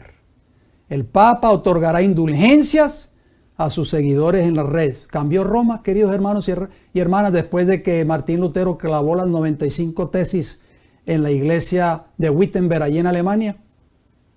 No, Roma sigue dando indulgencia, pero ahora quizás no en documentos, pero ahora a través de las redes sociales. Usted quiere un perdón del Papa Francisco, por Twitter se lo manda esa indulgencia. Qué triste, ¿verdad, queridos hermanos? Por eso es que Daniel preguntó: ¿hasta cuándo va a seguir esto? ¿Hasta cuándo va a prevalecer esta abominación desoladora? ¿Hasta cuándo el cuerno pequeño va a echar por tierra la verdad del santuario y de la verdad de la palabra de Dios?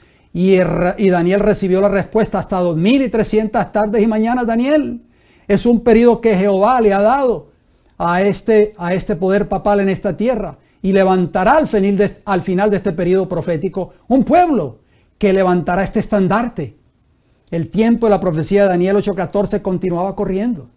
Entonces, contemos del año 538 y detengámonos en el año 1534.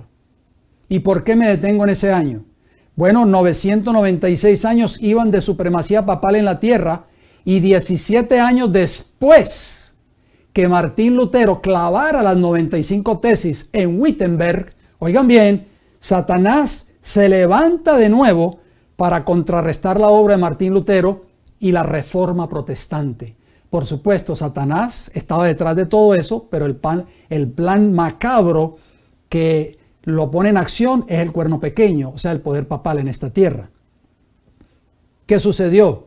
Bueno, Ignacio de Loyola, hoy canonizado santo por la Iglesia Católica, fue el fundador en el año 1534 de la Compañía de Jesús, conocida como los jesuitas, cuyo único objetivo era ¿qué? Desbaratar y destruir el protestantismo. ¿Qué les parece a ustedes? El tiempo de la profecía de Daniel 8:14 continuaba corriendo.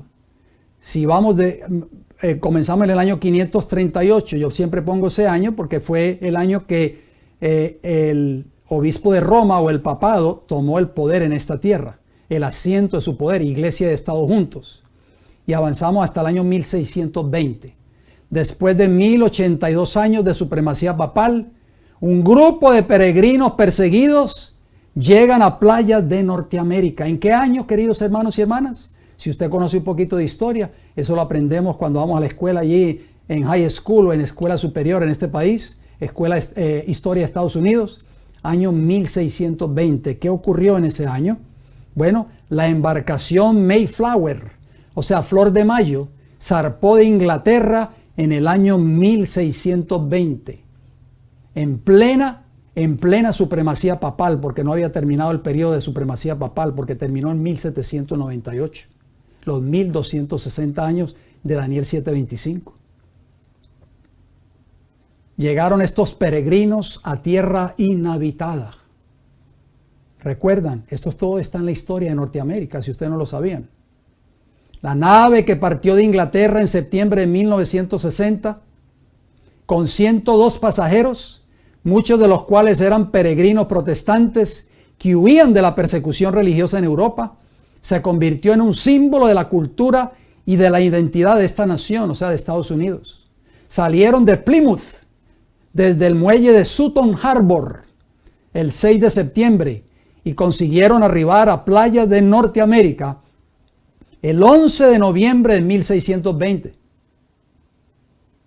Sin contar a la tripulación, el barco transportó a 102 pasajeros que fueron los primeros colonos que se establecieron en la costa de Massachusetts, formando la colonia de Plymouth. Apocalipsis 12:6 estaba profetizado por la palabra de Dios, si usted no lo sabía. Leamos Apocalipsis 12:6. Y la mujer, está hablando de una profecía bíblica, por supuesto. En profecía bíblica es la iglesia.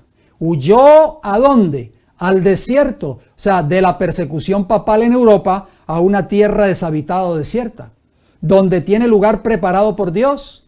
Jehová preparó a Estados Unidos. ¿Por qué preparó a este país? Ya lo vamos a ver. Para que allí la sustenten por 1260 días. ¿A dónde llegó esa iglesia perseguida? A playas de Norteamérica. ¿En qué año, queridos hermanos y hermanas? En el año 1620 comenzaron a llegar los primeros peregrinos perseguidos allí por religión en Europa, porque eran hombres y mujeres cristianos, hombres fieles a la palabra de Dios. Y la Biblia decía que esa mujer iba a llegar a un desierto, o sea, una tierra deshabitada.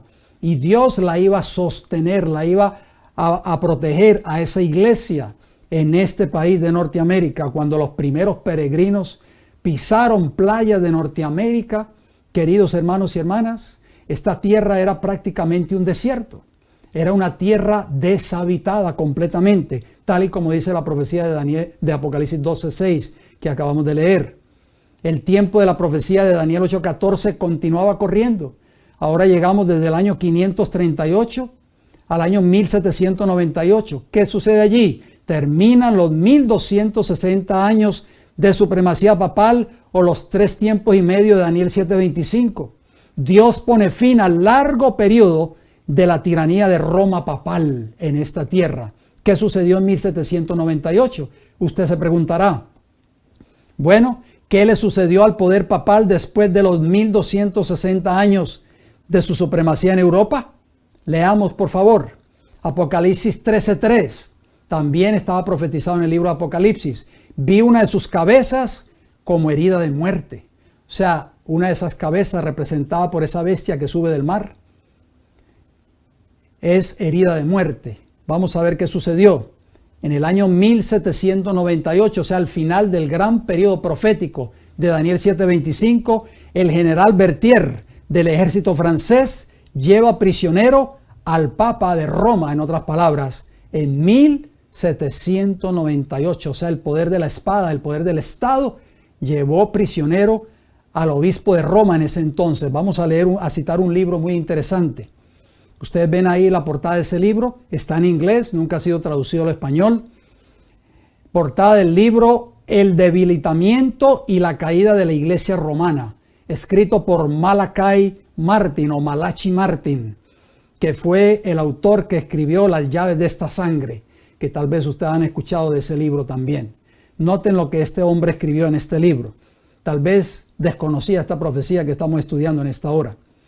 El Papa ciudadano de 82 años de edad, el Papa Pío VI, nacido bajo el nombre de Gianangelo Braschi, por los últimos 23 años, él ha sido el Papa en Roma. Se le ordenó que saliera de Roma bajo el arresto armado por el gobierno francés. ¿Qué día? El 20 de febrero, ¿de qué año?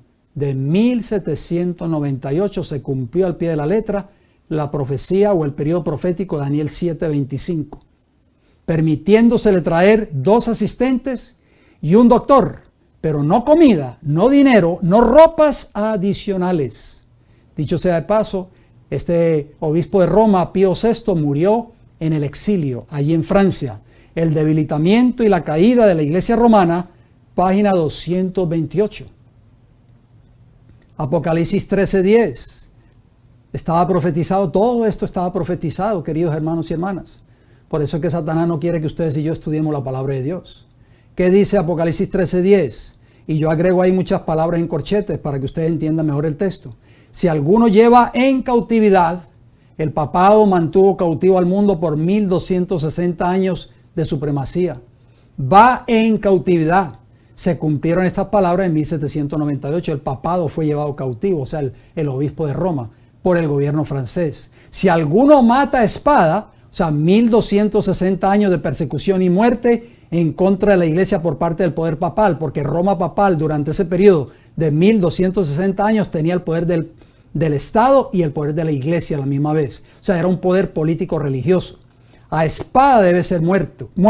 O sea, el poder civil francés cumplió esta profecía llevando arrestado a Francia al obispo de Roma en 1798, propinándole así una herida de muerte al poder papal. El tiempo de la profecía de Daniel 8:14 continuaba. Si partimos de nuevo del año 538 después de Cristo y llegamos al año 1776, ¿qué sucedió allí? Después de 1238 años de supremacía papal y 22 años antes de que el poder papal recibiese su herida de muerte, Dios estaba ya levantando una nación, Estados Unidos de Norteamérica, que sería la depositaria de la luz de la verdad, del mensaje del Evangelio eterno y el mensaje de los tres ángeles para ser llevado al mundo. ¿En qué año? 1776. ¿Conoce usted, querido hermano y hermana, si es ciudadano de este país, qué ocurrió en 1776? Usted lo debe saber. Bueno, ustedes ven ahí ese cuadro. Firma de la Declaración de la Independencia de los Estados Unidos de América. ¿En qué año? 1776. Estados Unidos fue fundado por 13 colonias británicas a lo largo de la costa atlántica.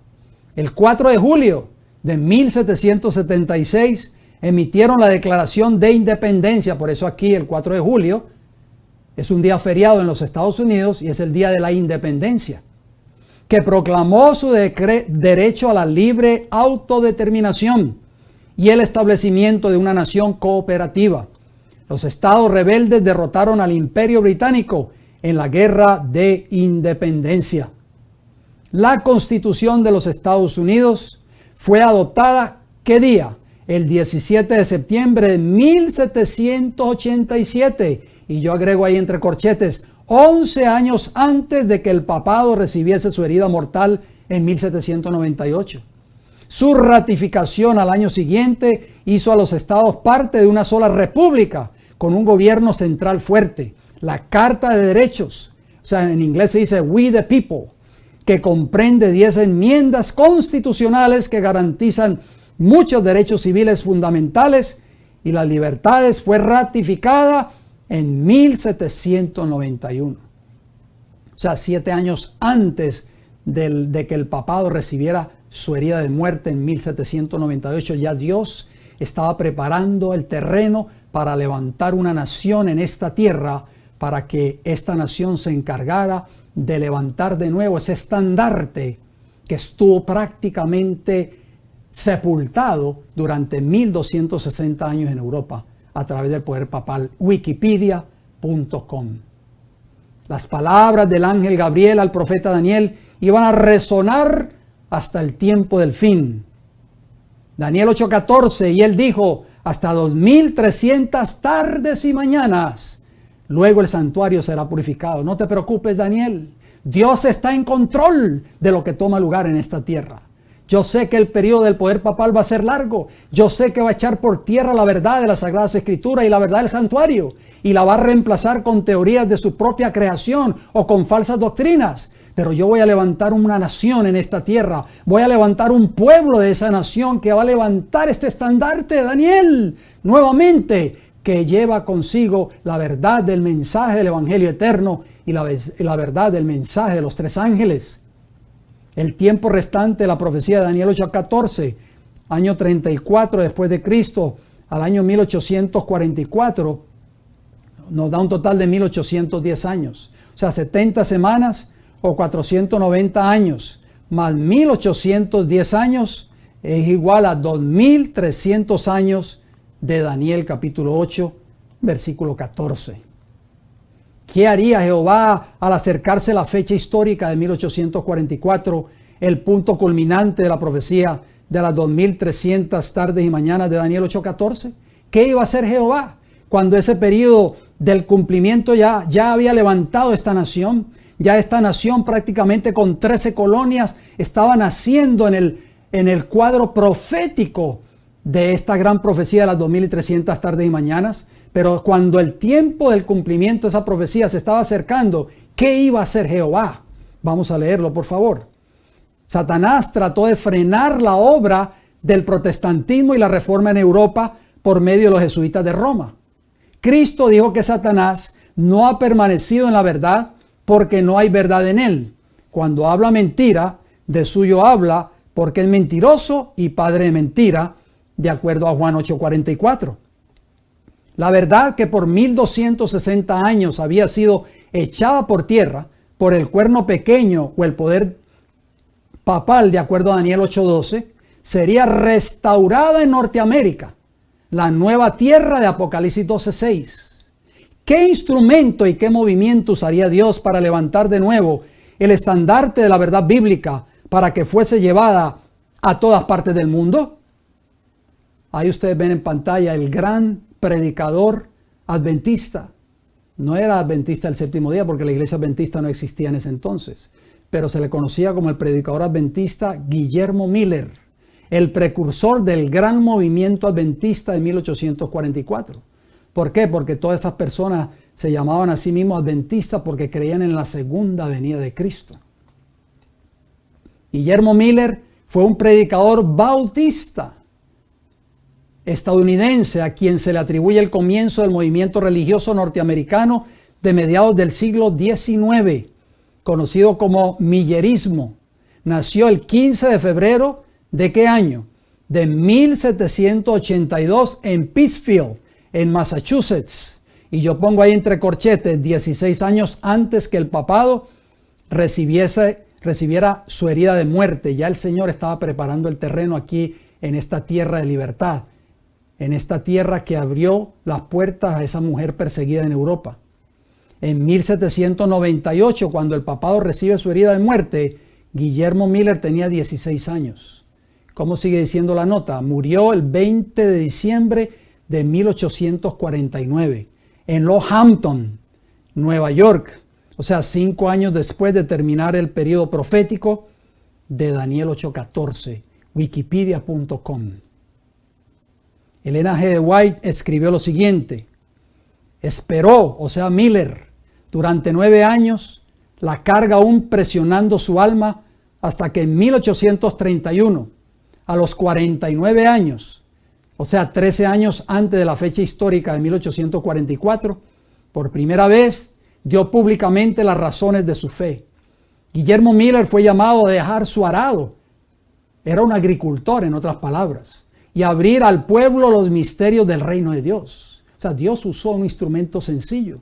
Te puede usar a ti, me puede usar a mí hoy en este tiempo del fin. Con temblor entró en su trabajo, guiando a sus oyentes paso a paso a través de los periodos proféticos hasta la segunda aparición de Cristo. El conflicto de los siglos, edición 1888, página 331, capítulo 18.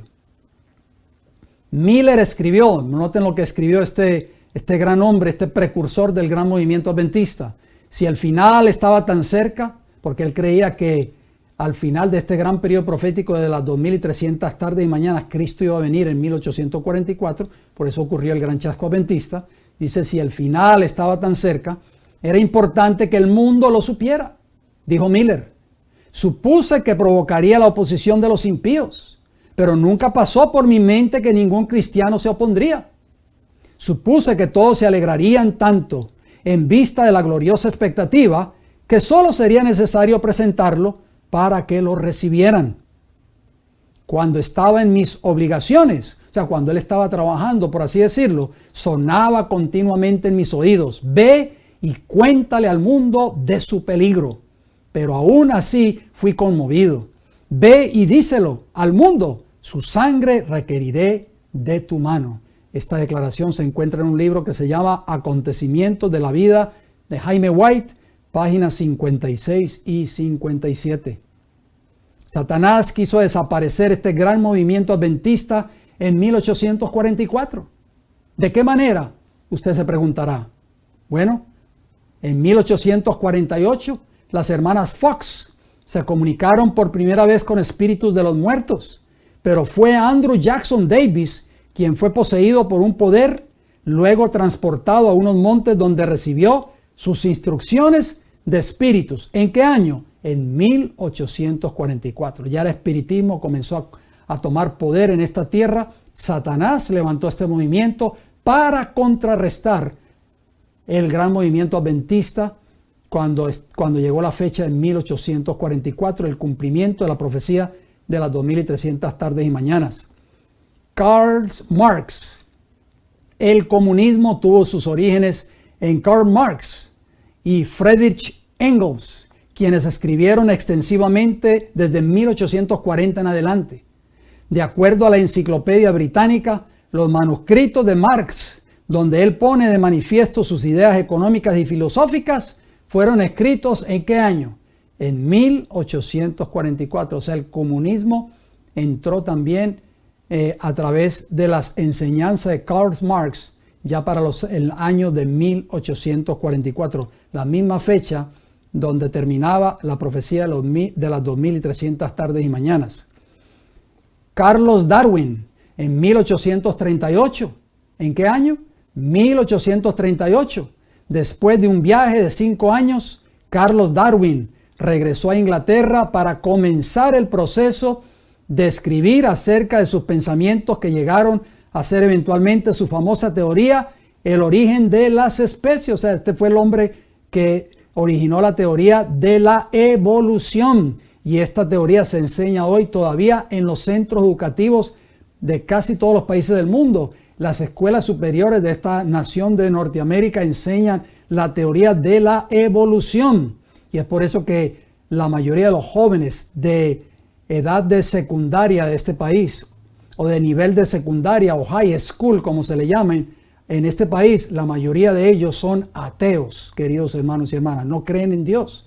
Por eso es que el sábado es el mandamiento que Satanás más ha atacado de los demás 9 mandamientos, si usted no lo sabía. ¿Por qué? Usted se preguntará. Porque la gente cree que el sábado, sí, el sábado yo voy a la iglesia los sábados. No, el sábado nos recuerda, es el único mandamiento que nos recuerda que Jehová es el creador de los cielos y de la tierra. O sea, el sábado fue dado prácticamente para salvaguardarnos a nosotros, para que nosotros recordáramos siempre, el ser humano recordáramos siempre que nosotros habíamos salido de la mano creadora de Dios.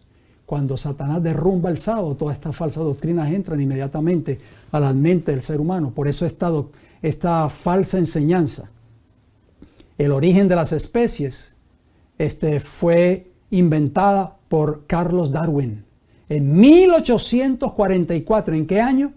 1844. Esto no es pura casualidad. Satanás estaba contrarrestando la obra de Dios en esta tierra. Darwin escribió una edición de 230 páginas. Robert Chambers publicó un libro acerca de esta teoría en octubre de 1844. José Smith, la Iglesia de los Mormones, fue fundada en 1830 por José Smith, o Joseph Smith, como se le conoce en este país, conocido como su profeta. Esta iglesia creció continuamente durante su tiempo de vida.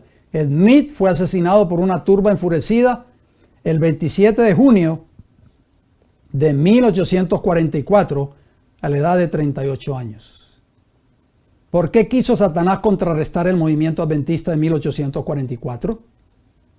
Bueno, ahí lo vemos en Apocalipsis capítulo 10, versículo 1 y 2. Este movimiento tenía un propósito. Dios iba a levantar este movimiento con un propósito. Dice Apocalipsis 10:1. Vi descender del cielo a otro ángel fuerte, envuelto en una nube, con el arco iris sobre su cabeza, y su rostro era como el sol, y sus pies como columnas de fuego. Versículo 2, tenía en su mano un librito abierto, o sea, el librito de la porción profética del libro de Daniel que tiene que ver con el tiempo del fin. Y puso su pie derecho sobre el mar y el izquierdo sobre la tierra. En otras palabras, esto daba a entender de que este mensaje tenía que ser predicado a toda nación, tribu, lengua y pueblo. El mensaje de Apocalipsis 14, el evangelio eterno y el mensaje de los tres ángeles debía ser llevado a toda nación, tribu, lengua y pueblo. Por eso el Señor preparó con anticipación esta nación, este desierto que estaba prácticamente inhabitado con los primeros peregrinos que llegaron a playa de Norteamérica. Y pocos años después, queridos hermanos, fue preparando el terreno el Señor para este gran movimiento adventista. Levantó un hombre, Guillermo Miller, William Miller como se le conoce en inglés, y él fue el precursor de este gran movimiento adventista en esta tierra. Elena G. White escribió lo siguiente, citamos nuevamente a esta gran escritora inspirada por Dios. A Guillermo Miller y a sus colaboradores les fue encomendada la misión de predicar la amonestación en los Estados Unidos de Norteamérica. ¿En qué país? En los Estados Unidos de Norteamérica. Esta fue la tierra inhabitada donde la mujer recibió refugio que huía de la persecución allí en Europa, de acuerdo a Apocalipsis 12:6. Dicho país vino a ser el centro del gran movimiento adventista. Allí fue donde la profecía del mensaje del primer ángel tuvo su cumplimiento más directo. Los escritos de Miller y de sus compañeros se propagaron hasta en países lejanos. Donde quiera que hubiesen penetrado misioneros, allá también fueron llevadas las alegres nuevas de la pronta venida de Cristo. Por todas partes fue predicado el mensaje del evangelio eterno. Temed a Dios y dadle gloria, porque ha llegado la hora de su juicio, de acuerdo a Apocalipsis capítulo 14, versículo 7, que es el mensaje del primer ángel, el juicio investigador en el santuario celestial, por supuesto. A pesar de la oposición de Satanás, oigan bien, la obra siguió adelante y la verdad del advenimiento fue aceptada por muchos miles. Por todas partes se oía el testimonio escrutador que amonestaba a los pecadores, tanto mundanos como miembros de iglesia, para que huyesen de la ira venidera. El conflicto de los siglos, páginas 417, 418, capítulo 21. Léanse ese capítulo si usted tiene ese libro en su hogar. Mateo 24:14 dice, y será predicado este evangelio del reino en todo el mundo, para testimonio a todas las naciones, y entonces vendrá el fin. Satanás quiso evitar que esta profecía de Jesús en Mateo 24:14 se cumpliera. Por eso, por 1260 años de supremacía papal en esta tierra, Satanás tuvo apagada esa lámpara que es la palabra de Dios, y en la palabra de Dios está contenido ¿qué cosa? El evangelio eterno para el tiempo del fin. Apocalipsis 14:6 también habla de ese evangelio eterno que es parte del mensaje de los tres ángeles. Vi volar por el medio del cielo a otro ángel que tenía el evangelio eterno, o sea, el que el poder papal echó por tierra por 1260 años, para predicarlo a los moradores de la tierra, a toda nación, tribu, lengua y pueblo. ¿Qué movimiento ha levantado el Señor para predicar este triple mensaje angelical al mundo? El movimiento adventista. Este movimiento es un movimiento profético, queridos hermanos y hermanas, si usted no lo sabía. Por eso yo hice esa pregunta al principio, ¿por qué soy adventista del séptimo día? ¿Por qué tú eres adventista del séptimo día? Eso es lo que tienes que entender en este estudio de hoy.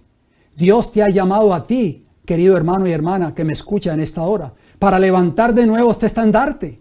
Este estandarte que estuvo prácticamente enterrado por 1260 años de supremacía papal en esta tierra. El Señor levantó un hombre en esta tierra de libertad, Guillermo Miller o William Miller.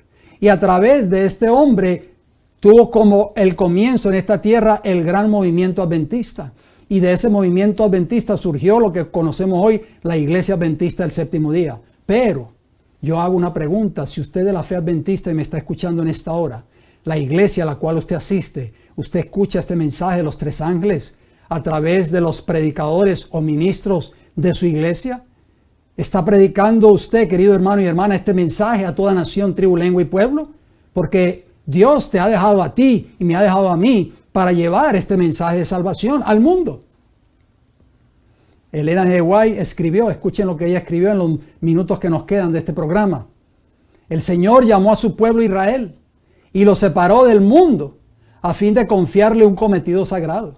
Dios separó a Israel del mundo y le dio un cometido sagrado. Lo hizo depositario de su ley y quiso por su medio conservar entre los hombres el conocimiento de sí mismo, pero nosotros sabemos que Israel fracasó porque apostató de la verdad. Por este pueblo la luz del cielo había de resplandecer en los lugares oscuros de la tierra y había de oírse una voz llamando a todos los pueblos a apartarse de su idolatría para servir al Dios viviente y verdadero. Dios ha llamado a su iglesia en este tiempo, te ha llamado a ti y a mí en este tiempo, como llamó al antiguo Israel, para que se destaque como luz en la tierra. Esa lámpara estuvo apagada prácticamente por 1260 años, por eso se le conoce como la edad oscura. Ahora Dios te ha llamado a ti y a mí para levantar de nuevo ese estandarte. Por la poderosa hacha de la verdad, oigan bien, ¿cuál verdad? Los mensajes de los ángeles primero, segundo y tercero, la ha separado de las iglesias y del mundo para colocarla en sagrada proximidad a sí mismo. O sea, nosotros debemos ser un pueblo separados. No podemos ser parte del ecumenismo moderno. Dios nos ha llamado a ser un pueblo destacado en esta tierra. Y el estandarte que debemos de levantar, ¿cuál es? El estandarte del mensaje de los tres ángeles. Esa va a ser la diferencia que nosotros vamos a tener de las demás iglesias del mundo que han apostatado de esta verdad. Volvamos a la cita de nuevo, por favor. La ha hecho depositaria de su ley y le ha confiado, ¿qué cosa? Las grandes verdades de la profecía para este tiempo. Maravilloso lo que Dios ha hecho con su iglesia remanente en este tiempo del fin. Como los santos oráculos confiados al antiguo Israel, son un sagrado cometido lo que ha de ser comunicado al mundo. Los tres ángeles de Apocalipsis 14 representan a aquellos que aceptan la luz de los mensajes de Dios y salen como agentes suyos para pregonar las amonestaciones por toda la anchura y longitud de la tierra. Joyas de los testimonios, tomo 2, páginas 155 y 156. Tú y yo, si tú eres de la fe adventista, el Señor te ha llamado para levantar este estandarte. Vuelvo y hago la pregunta a la iglesia a la cual tú asistes. ¿Se oyen estos mensajes detrás del púlpito cada semana? Noten cómo termina esta declaración. En un sentido muy especial, los adventistas del séptimo día han sido colocados en el mundo como centinelas y transmisores de luz. A ellos ha sido confiada la tarea de dirigir la última amonestación a un mundo que perece. La palabra de Dios proyecta sobre ellos una luz maravillosa. Una obra de mayor importancia les ha sido confiada. ¿Cuál? ¿Cuál ha sido la obra que Dios te ha confiado a ti, querido hermano y hermana de la fe adventista que me escucha en esta hora? Proclamar los mensajes del primero, segundo y tercer ángeles. Ninguna otra obra puede ser comparada con esta y nada debe desviar nuestra atención de ella.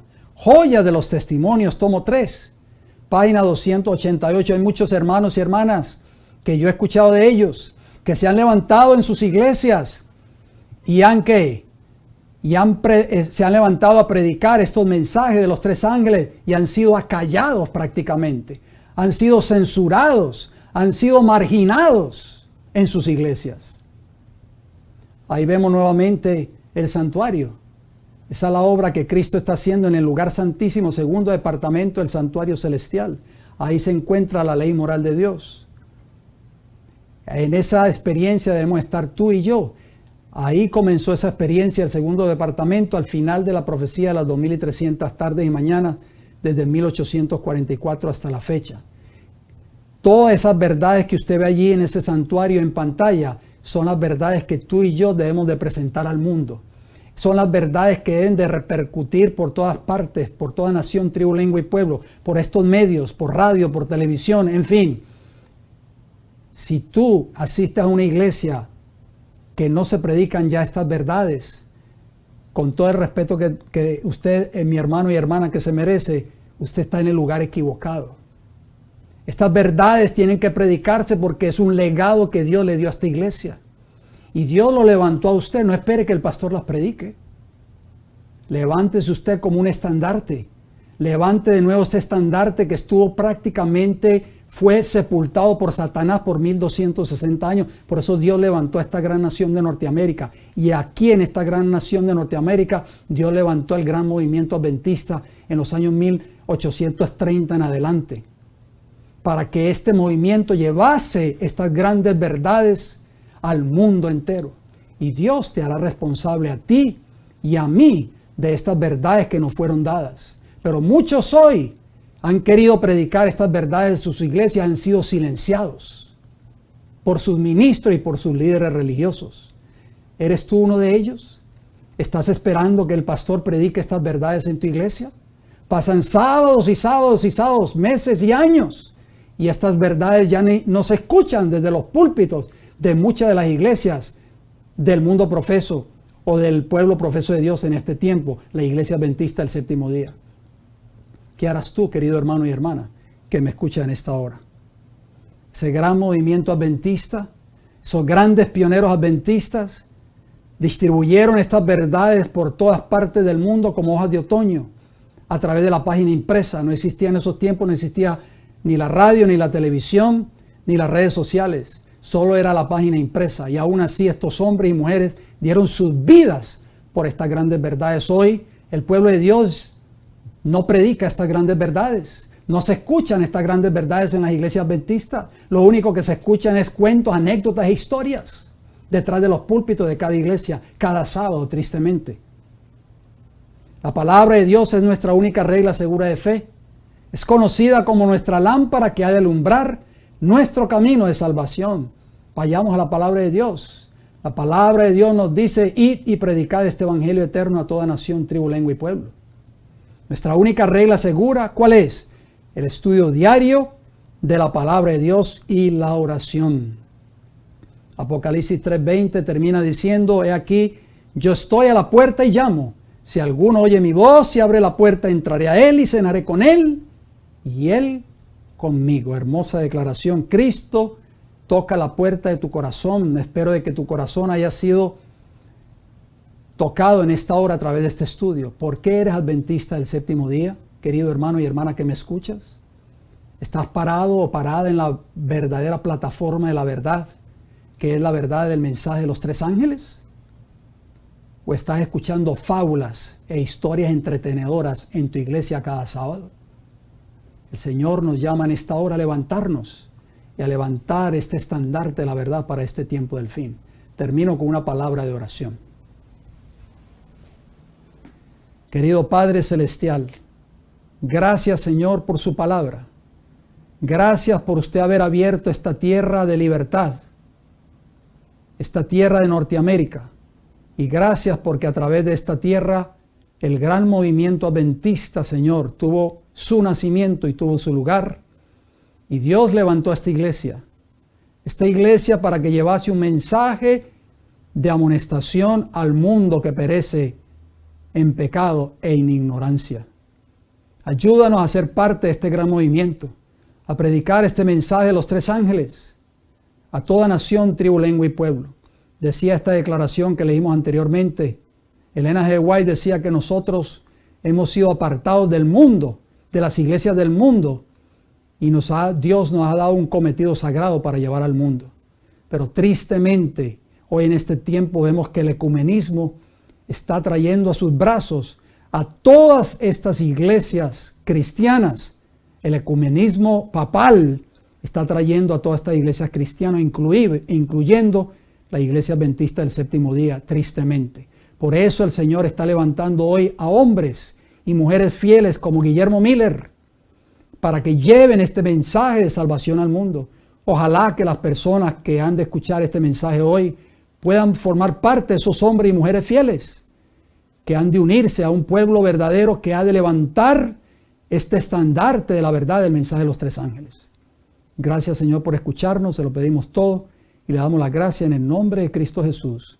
Amén, Señor. Muy bien, queridos hermanos y hermanas, espero de que este estudio de hoy haya sido de mucha bendición, que podamos reflexionar en la pregunta: ¿por qué soy adventista del séptimo día? ¿Te consideras tú un verdadero adventista del séptimo día? ¿O una verdadera adventista del séptimo día? Esa pregunta se la va a responder usted mismo. Yo no puedo responderle a esa pregunta. Mañana, Dios mediante, mañana sábado, con el favor del Señor, recuerden, estaremos saliendo de nuevo en vivo por nuestras plataformas, El Heraldo del Tercer Ángel en YouTube, en Facebook y en Rumble. A partir de las 11 de la mañana o un poco después de las 11, hora del este de los Estados Unidos, estaremos transmitiendo desde nuestra iglesia local. Vamos a poner la dirección ahí en pantalla para que usted anote la dirección si de pronto no ha anotado esa dirección todavía. Si de pronto usted está visitando el estado de la Florida o está cerca de la ciudad de Tampa, nos encantaría que nos visitase y se congregase con nosotros para que podamos estudiar estas grandes verdades que Dios tiene para su pueblo en este tiempo del fin. Así que las puertas de nuestra iglesia estarán abiertas con el favor del Señor. A partir de las 9 de la mañana comenzamos con un hermoso servicio de canto para alabar al nombre del Creador de los cielos y de la tierra en su verdadero día de reposo, el sábado de Jehová. Me resta decirles, queridos hermanos y hermanas, gracias por su atención, gracias por su fiel sintonía. Si Dios me da el don de la vida, nos reencontraremos el próximo viernes a la misma hora. Bendiciones para todos.